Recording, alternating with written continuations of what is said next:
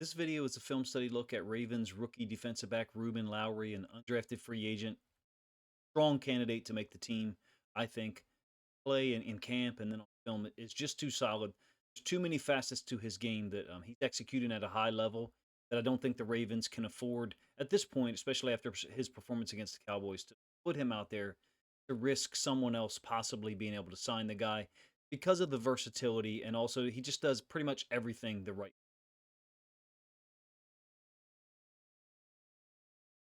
I got 9 plays queued up for you here. He's actually on the field on our third possession, the 4th and 1, where Mike Green absolutely dominates the tight end down here to the bottom side of the screen. Um, Lowry is up here, actually lined up against the tight end. You will get the end zone angle of it. I'll try to spot shadow Lowry pretty much in yellow in each instance. It's a run concept where they leave Ojabo totally unblocked right off the backside. So he's chasing the running back down. But to the front side, we've got Green completely winning his battle against the tight end, number 49, resetting the line of scrimmage. So far, Green he's the total package, right? He's got great pass rush moves.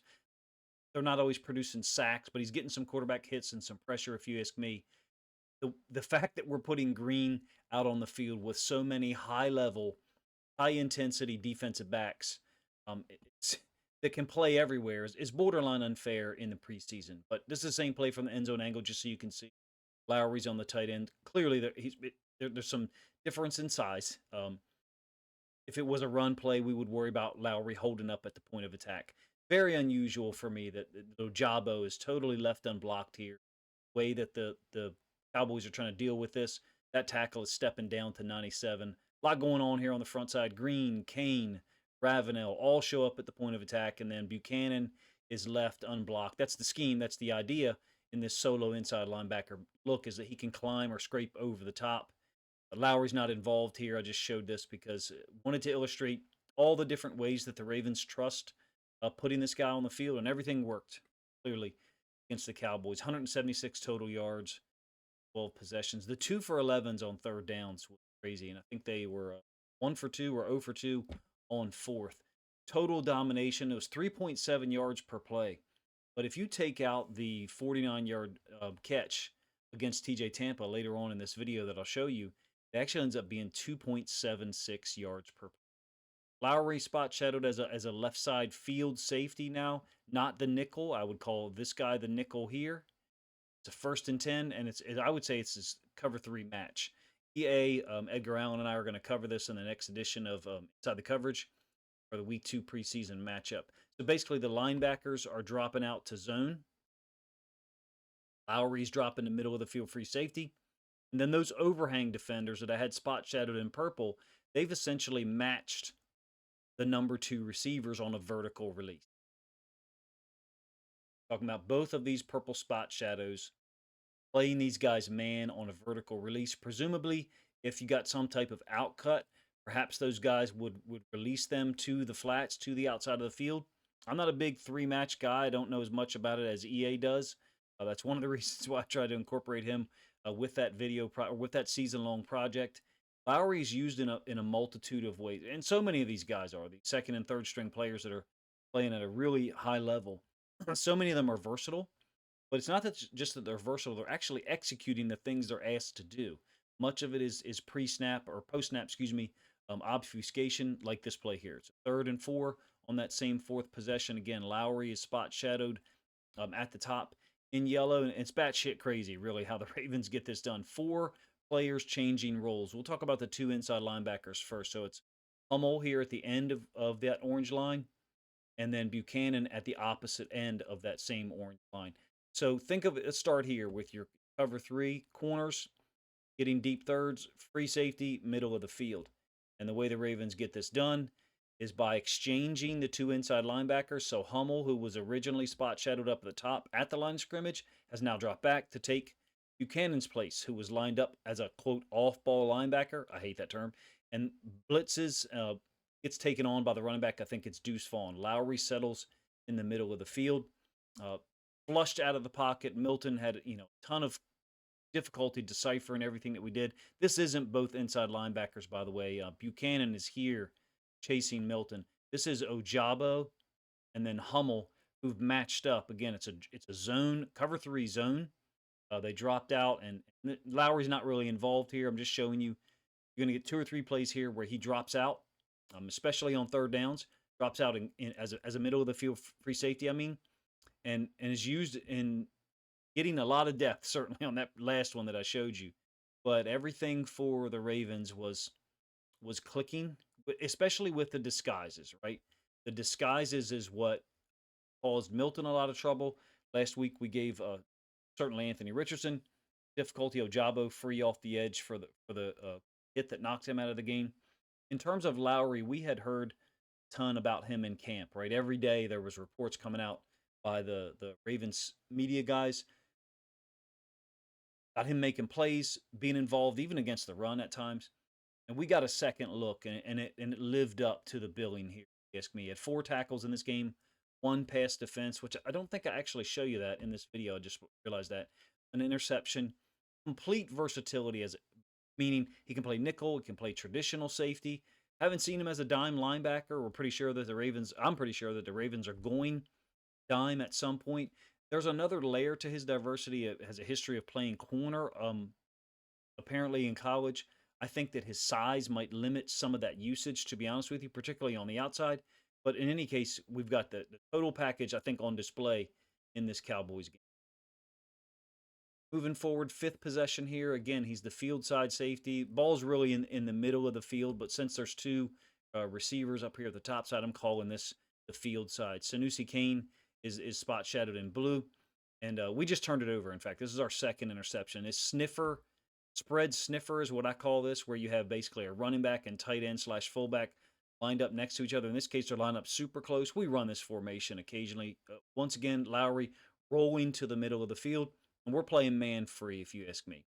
Everybody's matched up in man here, here, and then also here. That's Kane dropping down. I thought Kane played pretty precise football as well, meaning he understood his assignment on each individual play. Milton, for whatever reason, is trying to get the ball down here to this receiver running the vertical, and he just doesn't recognize that Lowry's going to be able to make a play on it. Great ball skills. That's what's been talked about. We've even seen some pictures of Lowry making plays in training camp that look just like this one, except we're obviously very zoomed out here. I'm not sure what Milton was thinking. Milton's got a cannon for an arm, first. But Lowry's got the type of, maybe he didn't know about the ball skills. Maybe those guys aren't getting training camp updates like we are as fans. You would think that their coaches would give them some information. Hey, apparently this guy's been having a great camp. Don't put the ball up, in any kind of location, because certain guys can make plays. At this point, if Lowry keeps doing these types of things, his name will be on those types of scouting reports.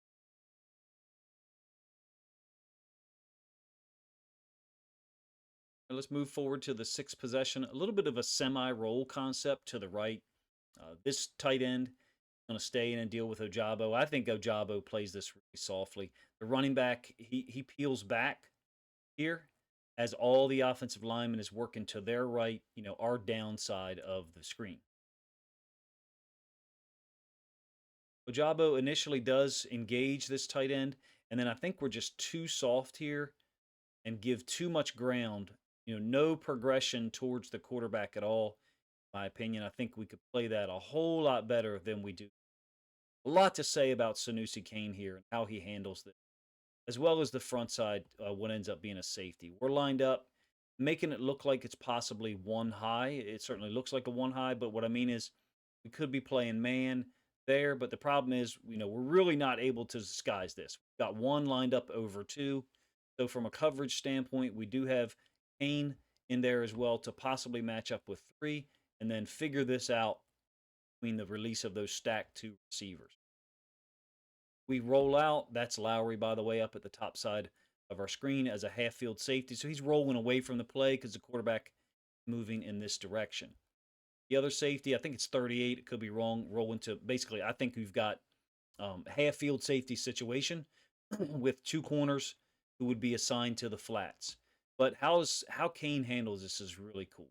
Right here in the middle of the field. And first, he's kind of on inside leverage of this route, going to get taken over by the safety, 38. And then Kane matches up with the yellow route that's emanating from the opposite side of the field. Really great awareness, if you ask me. Great break on the ball. You can see the ball has almost arrived. Kane, maybe he's slightly early. I just love the awareness that, excuse me, I just love the awareness that so many guys are showing. Kane, Brad, or Braid. Lowry is obviously a big part of that. He's spot shadowed in yellow here at the end. He's not targeted play at all. Those guys are all connected. You can get your second and even third string DBs sometimes passing off routes to the next player. I think you've got clearly we're being well coached, and the coaching staff deserves that credit. You can oftentimes tell if backups are playing at a high level, they're being coached extremely efficiently in practice and in media. Seventh possession here, 3rd and 8. And again, now Lowry is as the nickel, and we've got two safeties on the field. I think it's Kane and Brad or Brait. We're essentially playing man free here. Martin has moved with the tight end. Lowry's going to take the number 2 in man, and he's going to stab him and then turn and run with him.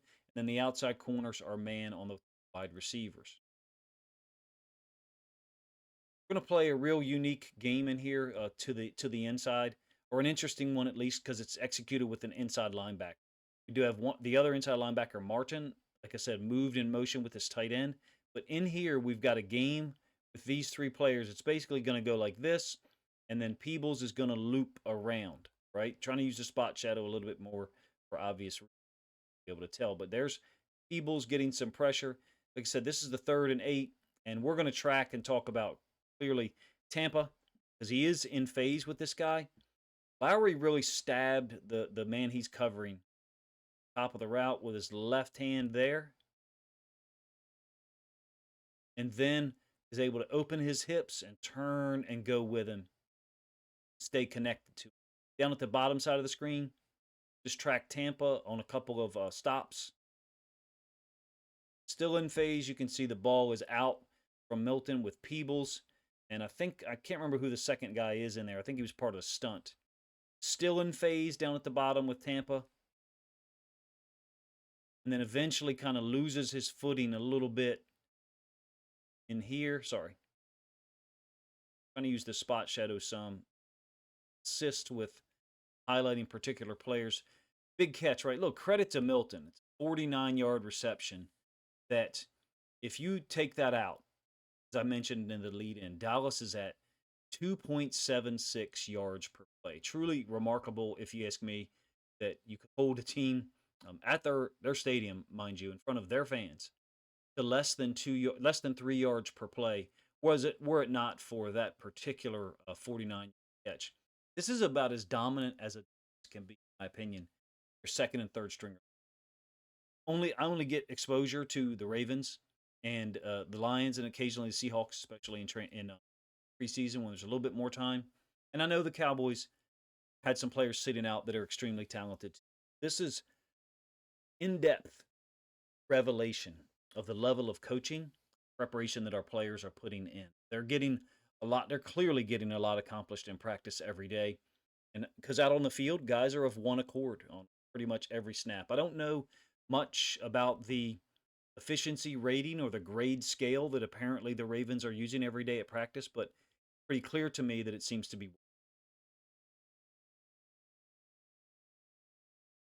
Lowry, once again, as the nickel to the field. This is after the big catch that was given up by Tampa, clearly.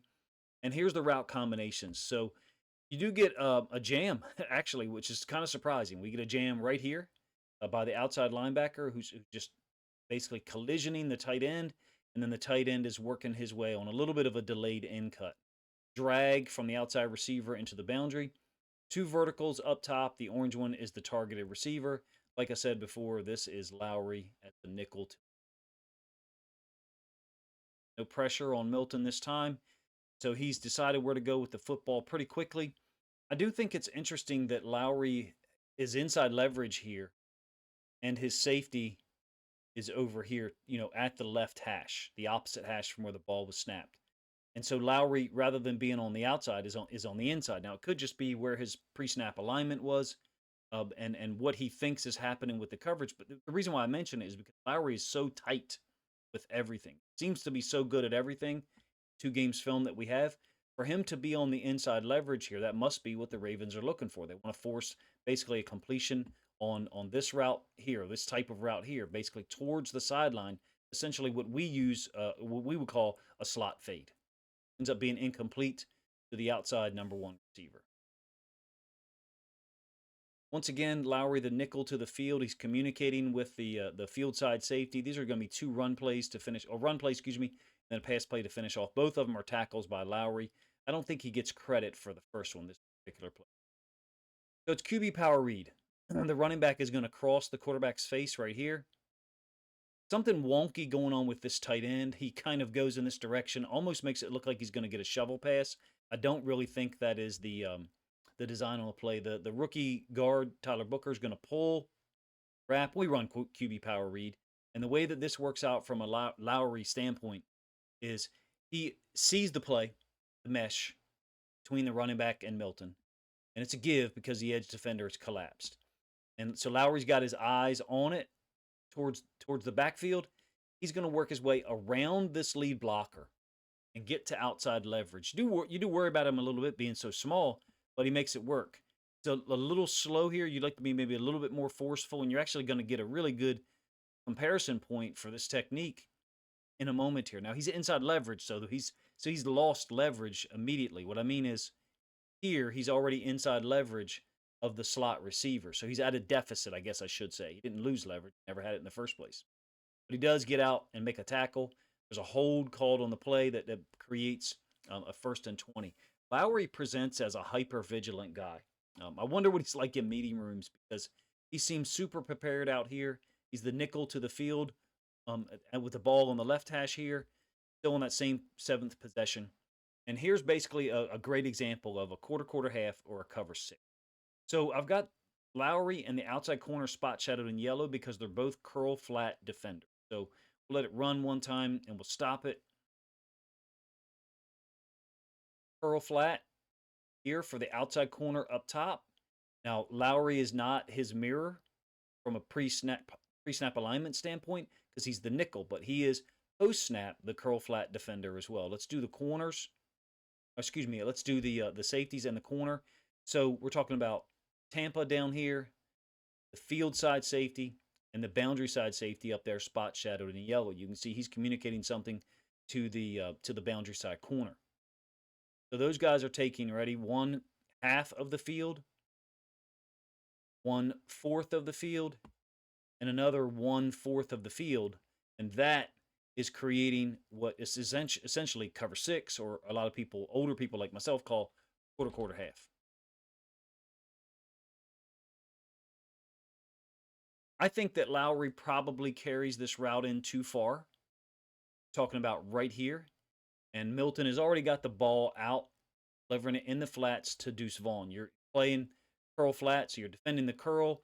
At some point, you do have to defend the flat. I just think he's worked too far into this direction to be able to recover enough. Now, he does a nice job, however, from inside leverage of working to his outside. So it's very similar dynamic to the previous play, in my opinion. He does have an inside linebacker here to help, and I think he's aware of that. He wants to get to this leverage here. Watch him just use a little rip. Get to the outside.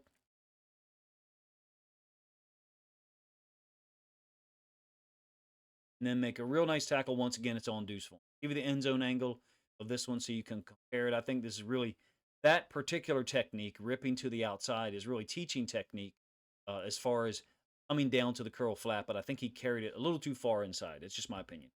Ravens are running a game here, so Green is going to stunt to the inside, and that's going to try to clear the path for Ravenel as the second man through. They're doing essentially the opposite over here to our right.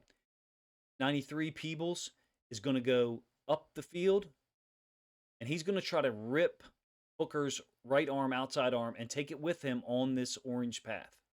And then additional to that, the game on this side, TE stunt, tackle first and second. He's looping underneath. Booker handles it really well, if you ask me. And then Green takes the left guard with him. Green plays with so much force. He ends up running into Booker, who's picking up 59 at the end of the stunt. So this is, like I said, the same play from the end zone angle that Lowry makes a tackle on. Milton's getting the ball to the outside, completed. And once again, we've got a real great view of Lowry with, I think it's Moreno Cropper, but I may be wrong, trying to get to his outside and prevent Lowry from getting to the football. There's the inside linebacker who in support of Lowry. So he's going to go on an inside angle while Lowry rips to the outside. Get a nice view of him ripping his inside arm. Contact balance, staying through, low and through, and then finishing off Deuce Vaughn for the tackle. Like I said, I think he had 4 tackles on the day.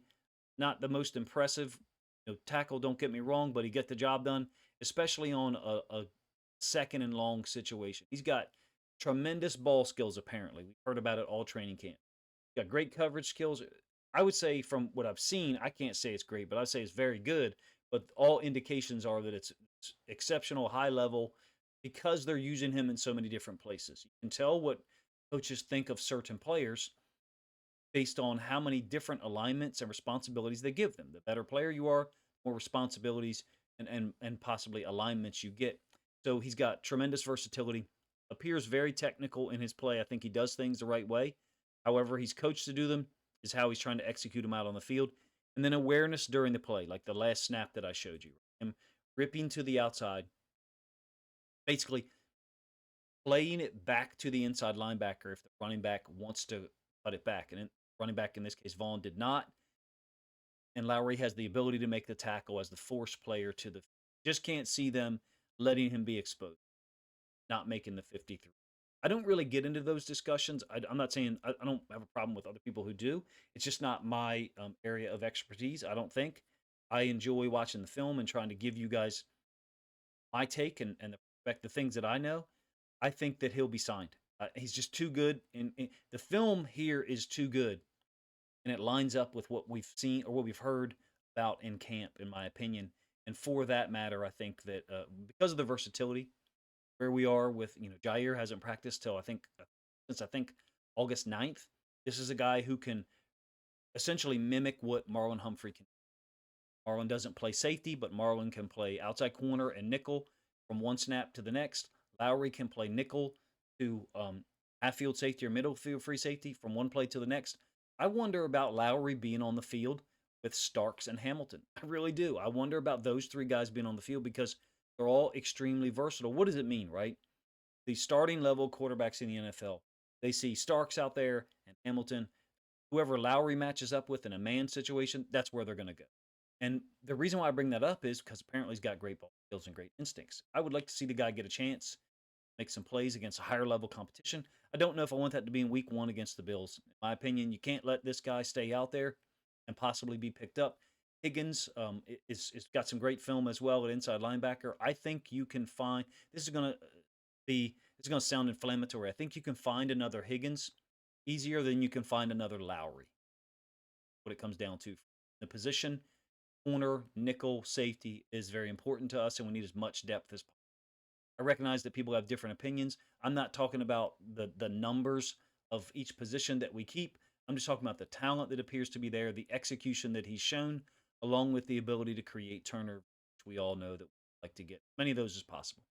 Appreciate you guys' time. If you enjoyed this video, please let me know in the comment section. I recognize it's a little bit late compared to when the game against the Cowboys occurred, but there's so much to get done. Lowry, I'm a little bit late to the game here getting this produced. If you think other Ravens fans would enjoy this film study look at Lowry, the UDFA, got a great chance to make the roster for the Ravens, please consider grabbing a link to this video, sharing it out on social media to help this content get more reach.